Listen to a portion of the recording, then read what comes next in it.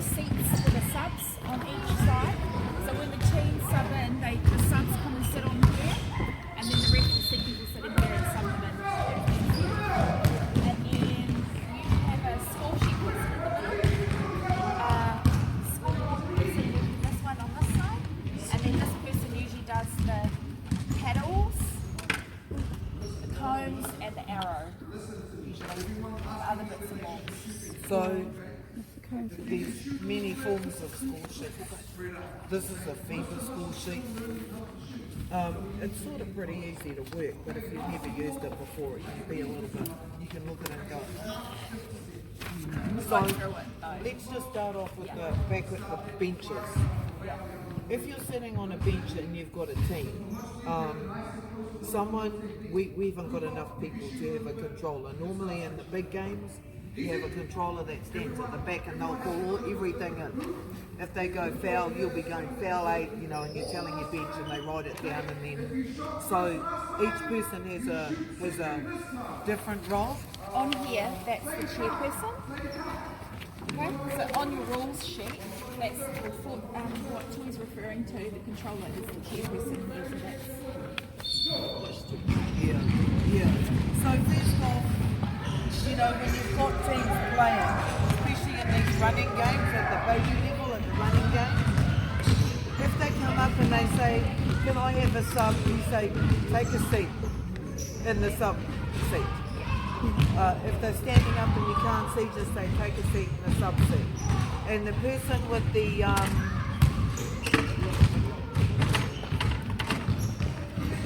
don't know where their sub baton is. You will have a baton, or when the time comes for you to call the sub in, you can push the button, or you can go, when the ball goes out of call, you go sub ref, and then you get the referee to call them off. this is the international side. Oh, okay. So make sure you sit them in the seats so they're out of the way and they learn the right way. We really sort of need to try and teach them young what happens they have to do when they're playing. Sit on the seat, wait for the sub to come in. So normally there's a baton that will say sub on one side and timeout on the other. So you would normally hold up the sub baton and the ref would see it and know that there's a sub coming in. So on the next stoppage, they can bring the sub in, and the ref will normally nod at you when you're holding it up, so you know that they've got it, you can put it down. If it's a timeout, it'll be on the other side, so use the other side. Be careful because sometimes you go timeout and then the ref goes, and then you're like, oh shit, that was a sub.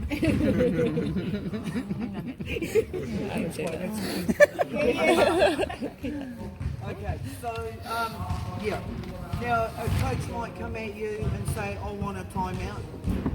So all you do is you do the same thing, you have your baton ready. If we don't have batons, which we may not have, all you need to be ready for is that when there's the next out of bounds ball, that you ask the referee for a timeout, and we call it timeout. With a running clock, it's got to happen, everything's got to happen pretty quick in a normal big game of basketball where they stop the clock. It's okay, when you stop the clock, you've got time to talk about it and do things. In a running clock, you don't. It just clicks and they lose the time on the clock. So when they want a sub, you just go sub, get them in, move on. You can't let it muck around. And sort of the benches sort of have to try and keep that moving.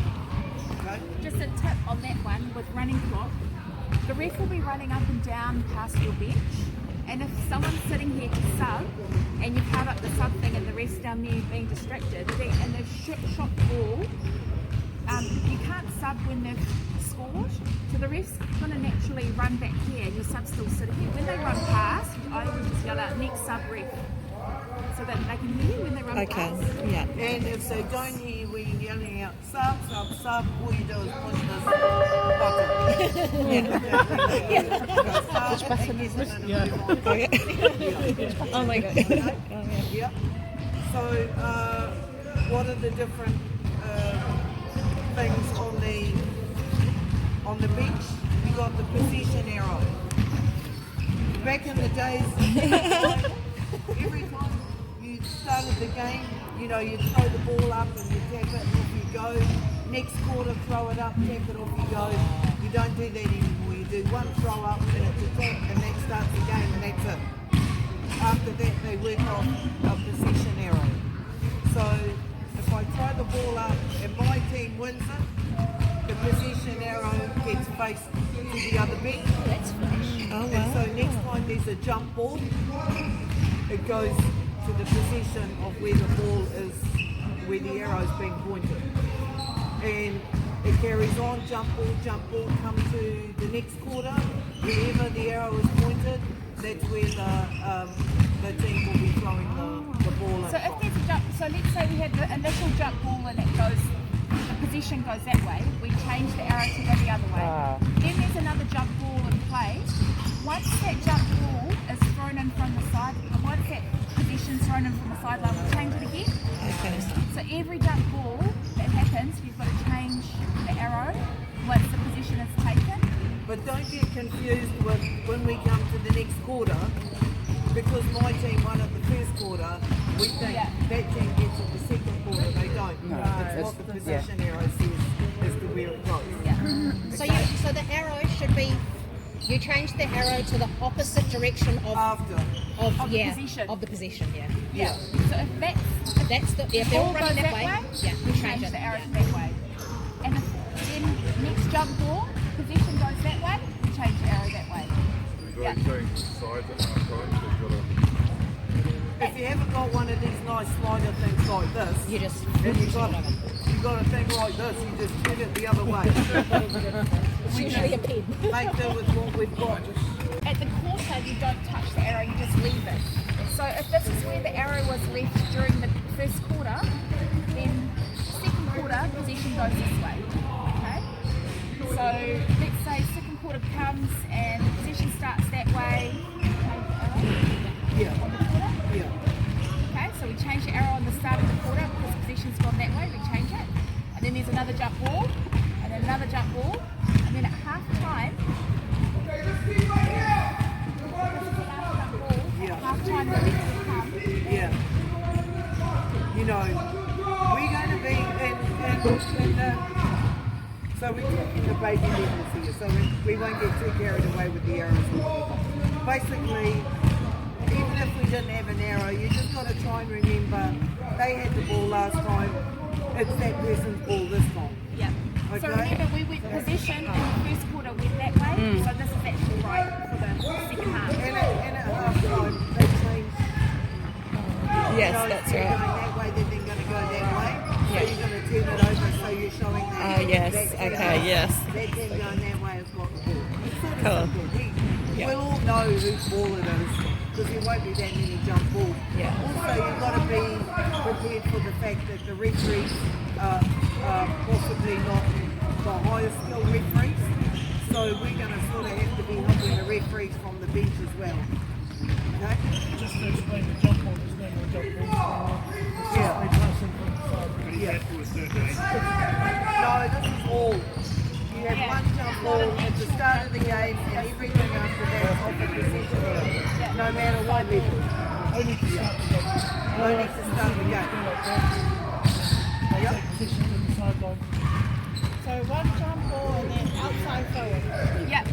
Yeah. All sideline position. When we say jump ball, it's sideline position. Where's the arrow? Yeah. In the past, you had two people holding on to the ball and they called a jump ball. You stand, you go into the circle and you throw it up and off they go again. It doesn't happen anymore. Works off the arrow. You go to the side to throw it. Yeah. Okay? Any questions on that? No. Okay. Yeah. And your battens, we probably, I don't know if we're going to have battens. Yeah. If you don't have battens, to help the team, you can say to the bench, if they do a foul and they say foul on number 5, you can say to the bench, 1 foul, or you can hold out your finger and go 1 foul, so the kid knows they've got 1 foul or they've got 3 fouls if there's no battens. Yeah, just to make it easier for the kids. So this person who's doing the paddles and the thing and the thing will be communicating with the score bench when a foul is called. You might, the ref will call a foul, and you'll say how many fouls on that number, and the score bench person will say 2. So then you get your 2 paddle, and you hold it out like that, and it should have a 2 on both sides, so that both coaches can see, okay, number 10's on 2. And then these are the important ones up here. So the coaches know, the players know where they're at. Okay, in this competition, it's going to be running clock. So it'll be off the main clock like this. You won't have your own clocks that you have to work off. It'll just be a main clock, and you might have flip cards that you're flipping the score on. Yeah. So in other games where you have your own clocks, you stop and start it, and you do a lot of the other. I don't think we'll go over the 24-second clock, but you'll have that stuff that you deal with. So for the moment, it'll be a running clock. You're just writing a score down, telling them 3 fouls, 5 fouls, whatever, taking the timeouts and the subs. That's about all you're going to be doing on the score bench with up. Okay. Yeah. Pretty simple. Yeah. Yep. So, Yeah. these are related to the fouls. So each quarter, each team has 5 fouls to give. Once they reach 5, but team fouls, not per person, team fouls as a team, you put the cone up on the side of the team that's sitting there. Okay, so if this team's just got their 5th foul, team foul, I'm going to put the cone up. The cone tells the ref that when this team gets another foul, regardless of if it's a personal foul or a shot, one of the shots, they're going to go to the line and shoot 2. Okay, so if this team fouls the other team again and it's just in general play, then that team's going to the line to shoot 2 shots. The team has given 5 fouls in that quarter. Okay? 5 or more. So on the 5th one, the cone goes up, and sometimes the ref doesn't see it. So if he calls a foul, you need to tell the ref that was, just hold up the cone and say that was the 5th foul, so that the ref knows. And remembering the clock's ticking Yeah. the whole time. The most important thing in this competition with the little ones is that the clock's ticking all the time. So we've got to be really efficient about the way we say, fouls, it's 5 fouls. We can't sit there for 5 minutes and go, oh, well, it's 5 fouls, can you just get that's the 5th one, can you put the person, all you do is go 5 fouls to the line, let's move, ticking. Yeah. No, it just ticks. That's why it's really important that even if you're on the bench and the referee has a time out, you've got to go time and ref, let's get them moving. Sub in, quick, clock's ticking, you've got to sort of like... And you reset the cone every quarter. Okay, so if they get 5 during the quarter, you turn it over, and then the quarter's finished, you reset it. So it goes back down. Yeah. Now, in the rules of basketball, you've got 8 seconds to get the ball over halfway. And you've got 24 seconds to score a shot. But this thing here, the shot clock, we're not going to be using because, and the referees are probably not going to call 8 seconds if it takes them more than 8 seconds to get it over, and they're not going to worry about whether the kids take 30 seconds to score the shot. Because we're on running clocks. Okay, so we don't really need to worry about this particular part of the score at the moment. We just don't be worried about putting the score on the score sheet and putting it on our flip cards. Okay. Yeah? Yeah. If we go on these score sheets, and like there's going to be parents that are going to sit on here that haven't come and learn how to score. As long as at the end of the day we can see a final score, that's the most important thing. If you start getting worried about how pretty your score sheet looks or whether you put the wrong thing in the wrong place, then you're going to start getting all befuddled. Do we want to just practice some scores so we can just chuck in on your score sheet? Yeah, you Yeah. can. So let's just have a look. Yeah. They put their names. So if you will just put on the score sheet numbers 1, 2, 3, 4, 5 for team A, and then 1, 2, 3, 4, 5 for team B. And I'll just pull out some scores and fouls and things. But before we do that, we'll just tell you how to log it. Yeah. Okay? Just really simply, we'll tell you how to log it. Yeah. So here, in here you've got the person's name and their number next to it. And then after that you've got 1, 2, 3, 4, 5, which is the foul. If number 1 fouls, you're going to mark, like, for this purpose, I'm not going to do the big time one. For this purpose, you can just put a stroke for 1 foul. Yeah. Stroke for 1 foul. Okay? In the second half, if you want to identify how many fouls they got in the first half as opposed to how many they got in the second, you can do a cross. Okay? The big time scorers score with coloured pens, so they have 1 quarter in blue, 1 in red, 1 in green. You're not going down that route. Okay? Yeah. But if anyone wants to learn how to score for like net games and things like that, you should talk to me and I'll be happy to have you score for us at Citizens. We'll go bigger. We'll go bigger, but for this one, I'll teach you that. a stroke for a foul in the first half, you can cross it in the second half. Okay? Then there's timeout. So when they do a foul, number 1 foul, you put a foul here, and then you mark it off up here because that's the first team foul. Oh, yeah. Okay. And then number 1 fouls again, so you mark him again, second foul, and then you mark a second team foul. And then number 5 fouls, so you mark 1 foul on number 5, and then you work it up here as third team foul. And then you carry on, 4th team foul on the 5th team foul, flip the card and tell the ref. 5 team fouls after that, it's shots every time they foul.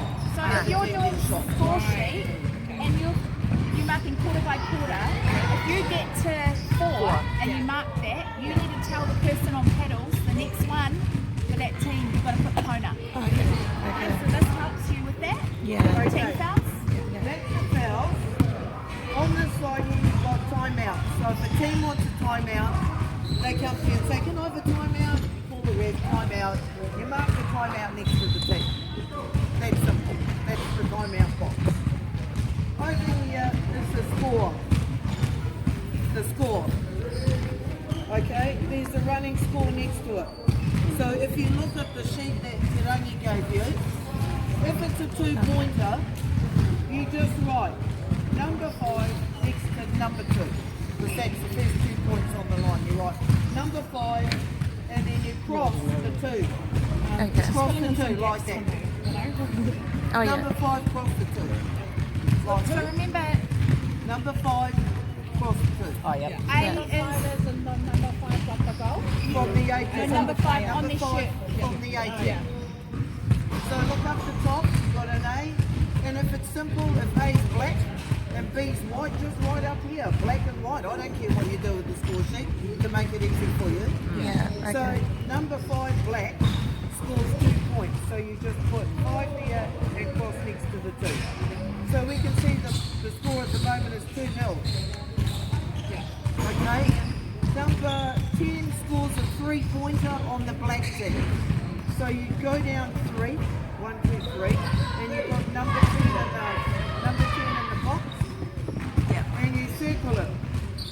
That defines it as a 3-pointer. You circle it. But you Okay, said so- B. Sorry? yep, Sorry. on the B team. On the B team, but you put that in the A. No, I mean on the 18. On the Black. 18. Oh, black. Yeah. Okay. So if A is black, let's just do it all on black at the moment. A is black. Number 10 scores 3 points. Go down 3. Put number 10 in there and circle it.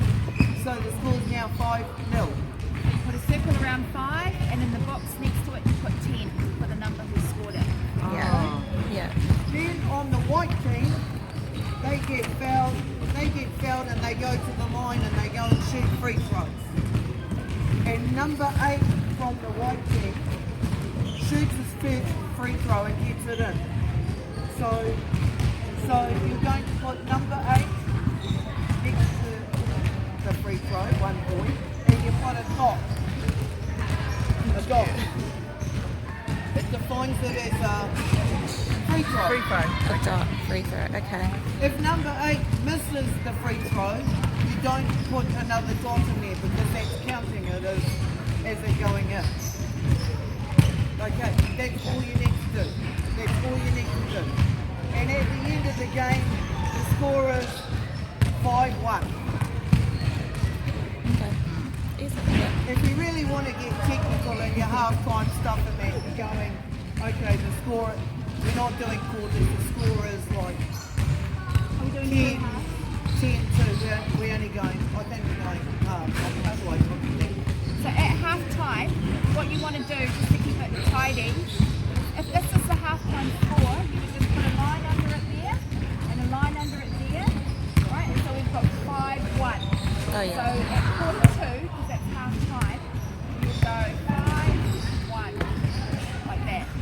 Yeah. Okay. Cool. Yeah. It is good to decipher one half from the other by drawing that line underneath where the score finished at the half time. Yeah. Okay. Yeah.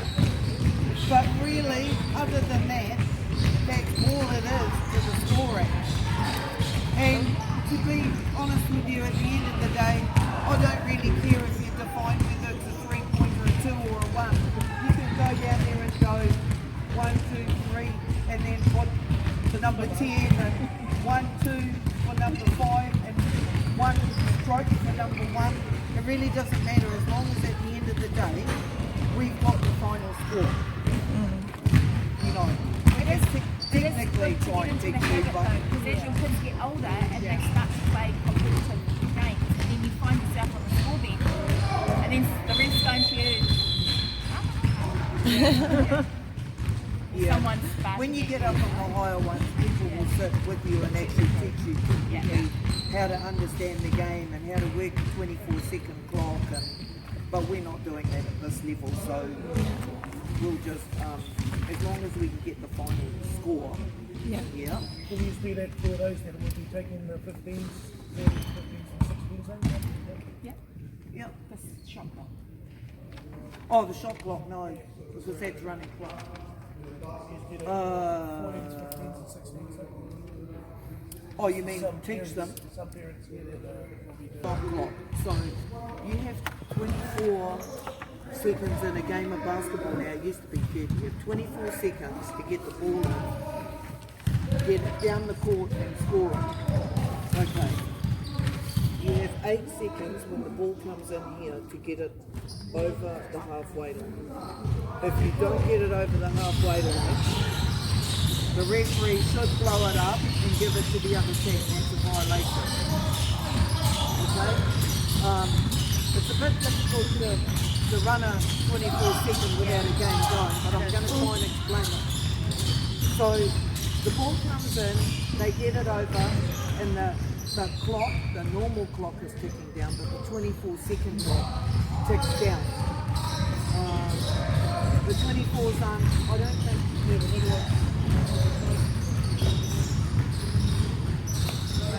so there's a 24-second up there. That one up the top for the main court. So the ball goes in from the back. We'll just do this. The ball goes in from the back.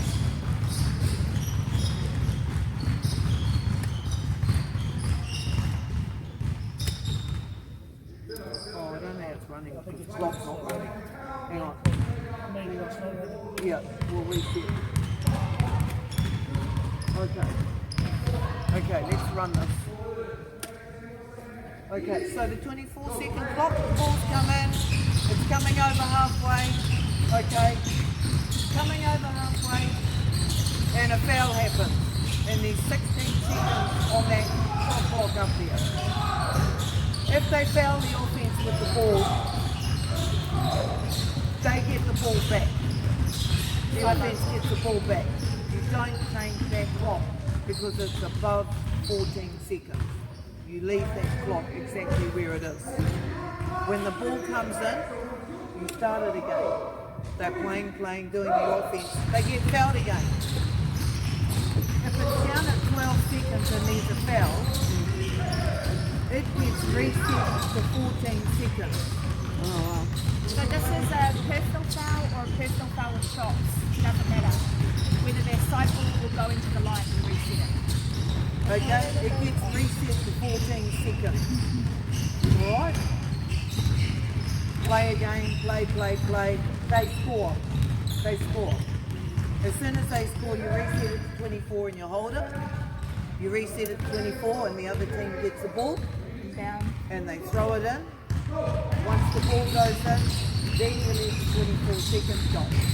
Because if you don't hold it, the ball bounces around, this one's mucking around. 5 seconds is ticked on the shot clock before they've even had a chance to get the ball in and get up the court. And then the referee's going to go, violation, you didn't get the ball over in 8 seconds when they didn't even get the ball in the court, literally. So what you got to do is, with the 24 second, we'll say we'll reset it. We'll reset it and we'll start it. Going down the court, ball turns over, other team's got it, coming back, going down the court, So any change of position, anywhere in the court, you reset it. So they're going down the court now, the ball turns 24, over, right? you reset it. Other team's coming back, they got 22 seconds, whatever. Turn it over down here, take a shot, miss the shot, ball turns over, reset, you're back again. Yeah. Anytime the ball changes position from one team to the other, you reset it. Where on the court? Reset it back to 24. 24. Yeah. So let's say the offensive team's throwing it in, but the other team scored. They throw it in, they pass it to someone, and the defensive team gets the ball back. Right? You reset it to 24, even though they're in their front half. It's a change of position. Change of position. Every change of position is 24. It's 24 seconds. But if you get a foul and the shot clock is above 14, you stop, pause. Just hold it. They get the ball back, then you go again because you're disadvantaging the offensive team. If you reset it to 14 on the foul, when they've got 19 on the clock. Yep. Okay. And Is that why you said before, when it was at 12 seconds, you go back to 14? yeah, you reset to 14 because that's the advantage they get through you fouling them. And in a game, it might chew down to like 2 seconds and the team's trying to get the shot away and the defense is madly trying to scramble to stop them. If they foul, the ball comes to the side, they get 14 seconds and get their shot away again. So when the attacking team is in their half and they're coming down, let's say they've got 8 seconds, someone puts a shot up, it misses, but it touches the ring, that will reset to 14. Okay? If we get the rebound, if the offensive team get the rebound, it'll reset to 14. So when you're in that situation, what I do, just tell me if I'm wrong, Yeah. when they shoot and it hits the ring, I reset it to 14 straight away. If we get it, I leave it. If we don't get it, I reset to 24 because Yeah, no, the other that's- team's Got the ball. But what you got to remember is, and it's difficult to do because sometimes you anticipate it. When they shoot the ball, you think it's going to hit the ring. If it doesn't hit the ring, you can't reset it. Yeah, you've got to wait until it's hit the ring. They can get if it's down to like 8 seconds and they shoot it and it doesn't hit the ring. Leave it. You got to leave it because then it goes 7, 6, 5. Oh, if yeah, we get the that's rebound and then it's a violation for not getting the shot away within the period of time. But if you reset it, you're actually giving them 24. Sometimes people reset it to 24 and then go, oh, God, 24 seconds when they should only have 2. But you can disguise it. You can disguise it sometimes, but that's why you sort of can't anticipate too much. Yeah. You better to pause.